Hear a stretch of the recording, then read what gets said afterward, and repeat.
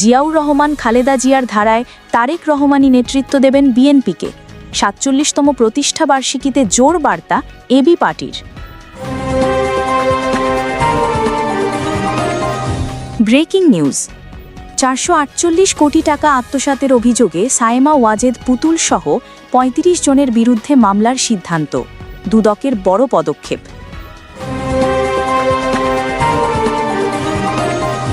কড়া সতর্কবার্তা। ৭১-এ ভুল করেছেন, এখনও ভুলের রাজনীতিতে। জামায়াতকে উদ্দেশ্য করে সরব বিএনপি নেতা সুলতান সালাহুদ্দিন টুকু। অন্তর্বর্তী সরকারকে পূর্ণ সহযোগিতার আশ্বাস সেনাপ্রধান জেনারেল ওয়াকার উজ্জামানের। নির্বাচনমুখী সময় জুড়ে সেনাবাহিনী প্রতিশ্রুতিবদ্ধ। এতক্ষণ শুনছিলেন সংবাদ শিরোনাম, এবার বিস্তারিত। Breaking news. অন্তর্বর্তী সরকারের পাশে এবার সেনাপ্রধান। পূর্ণ সহযোগিতার আশ্বাস দিলেন সেনাপ্রধান জেনারেল ওয়াকার উজ্জামান। সোমবার দুপুরে প্রধান উপদেষ্টা অধ্যাপক ড. মোহাম্মদ ইউনূসের সঙ্গে গুরুত্বপূর্ণ বৈঠকে এই প্রতিশ্রুতি দেন সেনাপ্রধান। তিনি স্পষ্টভাবে বলেছেন, সরকারের প্রতিটি উদ্যোগ, প্রতিটি কর্মসূচি সফল করতে সেনাবাহিনী প্রতিশ্রুতিবদ্ধ। প্রধান উপদেষ্টার প্রেস উইং থেকে জানানো হয়েছে, সাক্ষাতে আইন শৃঙ্খলা পরিস্থিতি, বেসামরিক প্রশাসনের সহযোগিতা এবং আসন্ন নির্বাচন নিয়ে বিস্তারিত আলোচনা হয়েছে। ড. ইউনূস সেনাবাহিনীর অব্যাহত অবদানের প্রশংসা করে বলেন, দেশে স্থিতিশীলতা ফিরিয়ে আনতে তাদের ভূমিকা অপরিসীম। তবে এখানেই থেমে থাকেননি প্রধান উপদেষ্টা। তিনি নির্বাচনের আগে একটি পরিষ্কার কমান্ড কাঠামো এবং সব বাহিনীর ঘনিষ্ঠ সমন্বয়ের উপর জোর দেন। সেনাপ্রধানও সেই আহ্বানে সাড়া দিয়ে প্রতিশ্রুতি দেন, সেনাবাহিনী সর্বদা প্রস্তুত। এক গুরুত্বপূর্ণ বার্তা দিয়েছেন জেনারেল ওয়াকার উজ্জামান। তিনি বলেছেন, চারদিকে ছড়িয়ে পড়া গুজবে কান না দিতে। দেশের মানুষকে আহ্বান জানিয়েছেন বিশ্বাস রাখতে অন্তর্বর্তী সরকারের নেতৃত্ব এবং সেনাবাহিনীর প্রতিশ্রুতিতে। দিন শেষে বঙ্গভবনে রাষ্ট্রপতি মোহাম্মদ শাহাবুদ্দিনের সঙ্গেও বৈঠক করেছেন সেনাপ্রধান। রাজনৈতিক উত্তাল পরিস্থিতিতে এই বৈঠকগুলোকে বিশ্লেষকরা দেখছেন এক ঐতিহাসিক পদক্ষেপ হিসেবে। জাতির দৃষ্টি এখন অন্তর্বর্তী সরকারের দিকে। সেনাবাহিনীর পূর্ণ সহযোগিতার ঘোষণা কি আসন্ন নির্বাচনকে করবে আরও বিশ্বাসযোগ্য ও স্থিতিশীল? উত্তরের অপেক্ষায় দেশবাসী। ধন্যবাদ। Breaking news. দুর্নীতির কেলেঙ্কারিতে নতুন বিস্ফোরণ। ক্ষমতাচ্যুত সাবেক প্রধানমন্ত্রী শেখ হাসিনার কন্যা সায়েমা ওয়াজেদ পুতুল সহ ৩৫ জনের বিরুদ্ধে মামলা করার সিদ্ধান্ত নিয়েছে দুর্নীতি দমন কমিশন, দুদক। অভিযোগ গুরুতর। সূচনা ফাউন্ডেশনের নামে প্রতিবন্ধীদের সহায়তার কথা বলে দানের আড়ালে হাতিয়ে নেওয়া হয়েছে টাকার পাহাড়। ৪৪৮ কোটি টাকার আত্মসাতের প্রমাণ হাতে পেয়েছে দুদক। শুধু তাই নয়, সন্দেহজনক লেনদেনের অঙ্ক ছাড়িয়েছে ৯৩০ কোটি টাকা। দুদকের মহাপরিচালক আক্তার হোসেন সোমবার দুপুরে জানিয়েছেন, সাবেক মন্ত্রী, এমপি, এনবিআর চেয়ারম্যান, প্রভাবশালী ব্যবসায়ী সহ মোট ৩৫ জনের সম্পৃক্ততা পাওয়া গেছে। সূচনা ফাউন্ডেশনের নামে ধানমন্ডির সুধা সদন, ভুয়া ঠিকানা, ভুয়া ট্রাস্টির ছায়াতেও খুঁজে পাওয়া যায়নি কোনো বৈধ অস্তিত্ব। অথচ কোটি কোটি টাকা ঘুষ, লোপাট আর মানি লন্ডারিংয়ের চিত্র উঠে এসেছে তদন্তে। মামলার আসামির তালিকায় রয়েছে দেশের শীর্ষ নামগুলো। সূচনা ফাউন্ডেশনের trustee professor doctor Mazharul Mannan, সাবেক বিসিবি সভাপতি নাজমুল হাসান পাপন, প্রধানমন্ত্রীর সাবেক উপদেষ্টা সালমান এফ রহমান, সাবেক সংসদ সদস্য সাইফুল্লাহ আবদুল্লাহ, এমনকি প্রখ্যাত চিকিৎসক ডাক্তার প্রাণ গোপাল দত্ত, সবাইকে করা হচ্ছে আসামি। জানুয়ারি মাসেই সুধা সদনে অভিযান চালায় দুদক। ৭ মাসের দীর্ঘ তদন্ত শেষে বেরিয়ে এসেছে ভয়ঙ্কর চিত্র। অর্থ আত্মসাৎ, কর ফাঁকি আর দুর্নীতির কুৎসিত ছক। জাতি তাকিয়ে আছে ট্রাইব্যুনালের দিকে। পুতুল সহ ৩৫ জনের ভাগ্য এখন আইনের কাঠগড়ায়। ৪৪৮ কোটি টাকার এই মহা দুর্নীতি বাংলাদেশের রাজনৈতিক ইতিহাসে এক নতুন অধ্যায়ের সূচনা করতে যাচ্ছে। এটাই এখনও পর্যন্ত প্রাপ্ত সর্বশেষ ব্রেকিং নিউজ। Breaking news. জামায়াতে ইসলামীকে উদ্দেশ্য করে তীব্র আক্রমণ বিএনপি নেতা টুকুর। সরাসরি বললেন, ৭১-এ ভুল করেছেন, এখনও ভুলের রাজনীতিতে আছেন। সোমবার দুপুরে টাঙ্গাইলের শহীদ স্মৃতি পৌর উদ্যানে জেলা বিএনপি আয়োজিত প্রতিষ্ঠাবার্ষিকীর আলোচনা সভা ও সাংস্কৃতিক অনুষ্ঠানে এই বিস্ফোরক মন্তব্য করেন বিএনপির প্রচার সম্পাদক সুলতান সালাউদ্দিন টুকু। টুকু স্পষ্ট করে বলেন, ৭১-এ তারা স্বাধীনতার বিরোধিতা করেছে, গণহত্যা চালিয়েছে, মা বোনের সম্ভ্রম লুণ্ঠন করেছে। তখন যেমন জনগণের বিপক্ষে ছিল, আজও তারা জনগণের বিপরীতে অবস্থান নিয়েছে।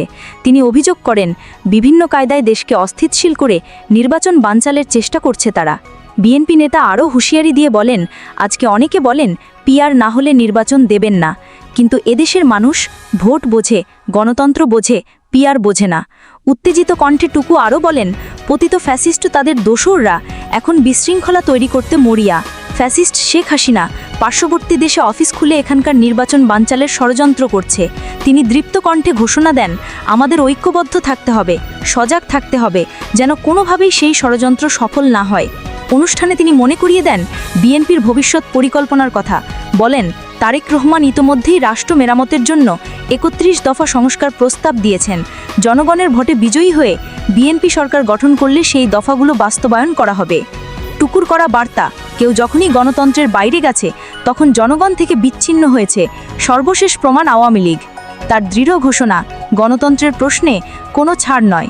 সভায় উপস্থিত ছিলেন বিএনপির vice chairman advocate Ahmed Azam Khan, কেন্দ্রীয় শিশু বিষয়ক সম্পাদক আবুল কালাম আজাদ সিদ্দিকী এবং স্থানীয় নেতারা।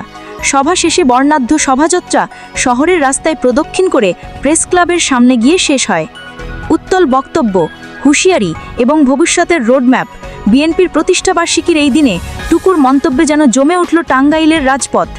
এটাই সর্বশেষ প্রাপ্ত ব্রেকিং নিউজ। ব্রেকিং নিউজ, বিএনপির ৪৭তম প্রতিষ্ঠাবার্ষিকী উপলক্ষে তীব্র আলোড়ন। ঘোষণার ঝড় তুলেছে আমার বাংলাদেশ পার্টি। জিয়াউর রহমান ও খালেদা জিয়ার মতোই বিএনপিকে নেতৃত্ব দেবেন তারেক রহমান। আজ সোমবার সকালে সংবাদ মাধ্যমে পাঠানো এক বিশদ বিবৃতিতে এবি পার্টির চেয়ারম্যান মুজিবুর রহমান মঞ্জু ও সাধারণ সম্পাদক ব্যারিস্টার আসাদুজ্জামান ফুয়াদ জাতির উদ্দেশ্যে স্পষ্ট বার্তা পাঠিয়েছেন। তারা শুভেচ্ছা জানাতে গিয়ে বিএনপির গৌরবোজ্জ্বল ইতিহাস, সংগ্রাম আর ভবিষ্যতের রূপরেখা তুলে ধরেছেন। বিজ্ঞপ্তিতে উল্লেখ করা হয়, বাংলাদেশের বহুদলীয় গণতন্ত্র পুনঃপ্রতিষ্ঠা, সার্ক গঠনে কার্যকর উদ্যোগ, স্বাধীন পররাষ্ট্রনীতি সুসংহতকরণ, স্বৈরাচার পতন আন্দোলন, মুক্তবাজার অর্থনীতি চালু, রপ্তানিমুখী বাণিজ্যের প্রসার এসবই বিএনপির মাইল ফলক অর্জন। ভাষাভিত্তিক জাতীয়তাবাদের পরিবর্তে সব নৃগোষ্ঠীকে অন্তর্ভুক্ত করে বাংলাদেশি জাতীয়তাবাদ প্রতিষ্ঠা করেছিল বিএনপি। তারা গভীর শ্রদ্ধার সঙ্গে স্মরণ করেছেন শহীদ রাষ্ট্রপতি জিয়াউর রহমানকে, যিনি ছিলেন স্বাধীনতা সংগ্রামের রণাঙ্গনের এক সাহসী সেনানায়ক, আর যিনি দেশের রাজনীতিতে নিয়ে এসেছিলেন গুণগত পরিবর্তন। একই সঙ্গে তারা কৃতজ্ঞতার সঙ্গে স্মরণ করেছেন বিএনপির আরেক অবিসংবাদিত নেত্রী বেগম খালেদা জিয়াকে, যিনি আপোষহীন নেতৃত্ব ও অক্লান্ত ত্যাগের মধ্য দিয়ে দেশের মানুষকে মুক্তির পথে পরিচালিত করেছিলেন। এবি পার্টির বার্তায় স্পষ্টভাবে বলা হয়, প্রায় ২,০০০ শহীদ, ২০,০০০ আহত, লাখো মানুষের ত্যাগ ও সংগ্রামের বিনিময়ে দেশ এক গণ অভ্যুত্থানের মধ্য দিয়ে হাসিনা শাসন থেকে মুক্ত হয়েছে। আজকের বাংলাদেশে জনগণের প্রত্যাশা একটি নতুন সংবিধান, জনগণের হাতে ক্ষমতার প্রত্যাবর্তন আর ফ্যাসিবাদ ও স্বৈরাচার মুক্ত রাজনৈতিক ব্যবস্থা।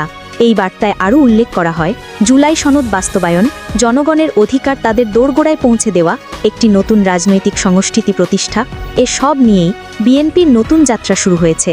আর সেই যাত্রার সামনে থেকে নেতৃত্ব দেবেন শহীদ জিয়ার উত্তরসূরি বিএনপির ভারপ্রাপ্ত চেয়ারম্যান তারেক রহমান।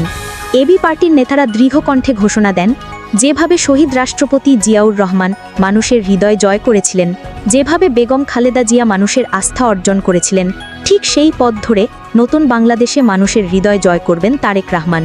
এর আরও জোর দিয়ে বলেন, দেশের মানুষ বহু বছর ধরে স্বৈরাচারের দুঃশাসন, গণতন্ত্রহীনতা আর সন্ত্রাসী রাজনীতির শিকার হয়েছে, কিন্তু আজ সময় এসেছে নতুন সূচনার। সময় এসেছে জনগণের হাতে ক্ষমতা ফেরানোর, আর সেই পথ চলার অগ্রণী ভূমিকা পালন করবে বিএনপি। এবি পার্টির পক্ষ থেকে আরও কামনা করা হয়, দেশের মানুষের অধিকার প্রতিষ্ঠার সংগ্রামে বিএনপির পথ চলা হোক শুভ, হোক বিজয়ময়। আগামীর বাংলাদেশ হবে ফ্যাসিবাদ, স্বৈরাচার ও সন্ত্রাস মুক্ত। আজকের এই ঘোষণা শুধু একটি শুভেচ্ছা নয়, বরং দেশের রাজনৈতিক অঙ্গনে এক নতুন বার্তা। রাজনৈতিক বিশ্লেষকরা বলছেন, এবি পার্টির এই বক্তব্য বিএনপির নেতৃত্বের প্রশ্নে এক নতুন অধ্যায়ের সূচনা করল। এর মধ্য দিয়ে পরিষ্কার হল, তারেক রহমানই হচ্ছেন সেই নেতৃত্বের প্রতীক, যিনি নতুন প্রজন্মকে ঐক্যবদ্ধ করবেন, নতুন সংবিধান রচনা করবেন আর দেশকে গণতন্ত্রের পথে এগিয়ে নেবেন। দেশজুড়ে বিএনপি ও অঙ্গ সংগঠনগুলোর নেতাকর্মীরা এখন উচ্ছ্বসিত। কেউ বলছেন এটাই নতুন বাংলাদেশ গড়ার ডাক, কেউ বলছেন এটাই আমাদের সংগ্রামের নতুন দিশা। এদিকে সাধারণ জনগণের মধ্যেও আলোচনার ঝড় উঠেছে। রাজনৈতিক চায়ের দোকান থেকে বিশ্ববিদ্যালয় ক্যাম্পাস সবখানেই একটাই প্রশ্ন ঘুরছে, সত্যি কি জিয়াউর রহমান খালেদা জিয়ার মতোই তারেক রহমান নেতৃত্ব দেবেন বিএনপিকে?